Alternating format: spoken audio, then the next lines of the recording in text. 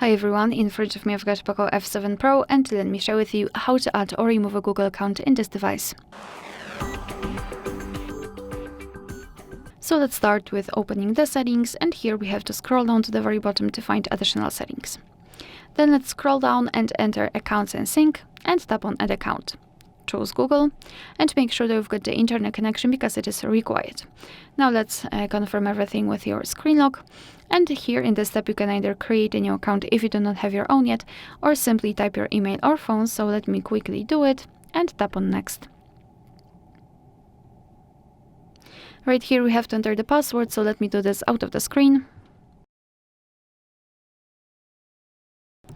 Alright, and tap on Next. So here we have to decide who will be using this device, so just mark the option and tap on Next.